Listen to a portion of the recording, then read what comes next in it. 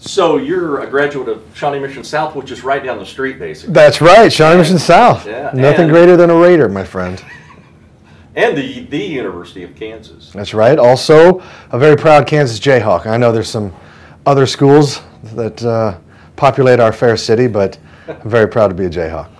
Well, let's talk about why you're here and what it means to you to come back and what it must mean for these kids that are participating in this event and why you do it and just kind of expand on that. Sure. Well, look, the Jewish Community Center puts on the Kansas City Superstars. They've been doing it for years, and it's a wonderful event. It's a great opportunity for some of the most talented kids in the greater Kansas City area to come together, to compete, to be on the stage and to show their talent. And it's a fun night.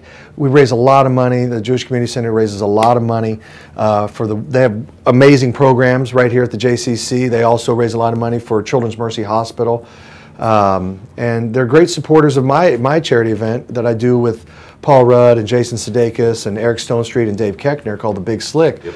The JCC has been a great supporter of that. So, you know, I love what they do. I love what they stand for, and I'm proud to be part of it. Does this take you back to your high school days, you know, and what you were involved in? And you know? Well, in high school, I was in forensics. I was never really in the theater department, but I was in forensics, and I loved doing forensics here in town.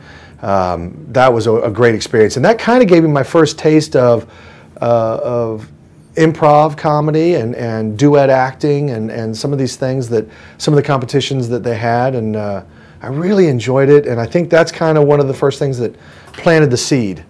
That and a lot of really good Bill Murray comedies. Yeah. How many years have you been coming back to do this? This will be my second year. Second back. Yeah. And I know we talked about this earlier, but how do you go from being a Marine and for 23 years and studying to be a naval aviator to jump from there to going into being a comedian or a professional entertainer? Yeah, well, look, you know, I did forensics in high school. I was a theater and film major in college. I've always had a passion for the arts and for acting and comedy specifically. But I also, when I was an undergrad, I had my pilot's license.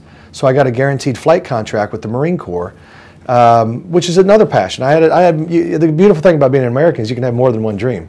And I did. I had more than one dream. And one of them was I wanted to serve my country at some point. So I felt fortunate enough that I got a guaranteed flight contract. And I thought, you know, here, when I break it down for you, when you graduate as a theater and film major from anywhere, Yale, doesn't matter, you're going to be a waiter for a long time. And I thought, well, you know, I could also be Top Gun. Waiter, Top Gun, waiter, Top Gun. So I decided this would be the time to go serve. So I did. But as I got further into the flight program, I realized, oh, you know, it'll be 11 years before I even have the option of getting out. And I wouldn't at that point. I just know myself. So all of a sudden my whole life was laid out in front of me. So I switched from flying to the ground side, became a ground officer, so that I could have a chance to go chase my dream of comedy and acting. And it all worked out. I ended up doing 9 years on active duty and then 14 in the reserves. And the whole time I was in the reserves, I was pursuing comedy and acting. And it was a grind, but I was able to make a living.